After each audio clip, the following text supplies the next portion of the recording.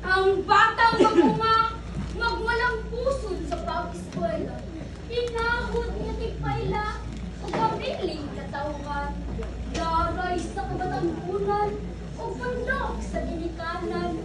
Ako nagabarog sa mahal ninyong katubangan, o ako magayon, mayong adlaw kaninyong tanan.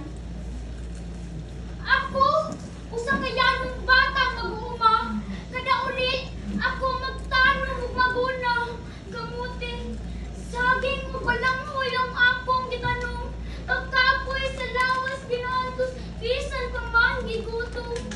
Sa akong pagkamatanon, sa problema ako sa ngogon, apan-an ang gabi, ang bukisan puson, ang kasakit sa dukhantong magulanon.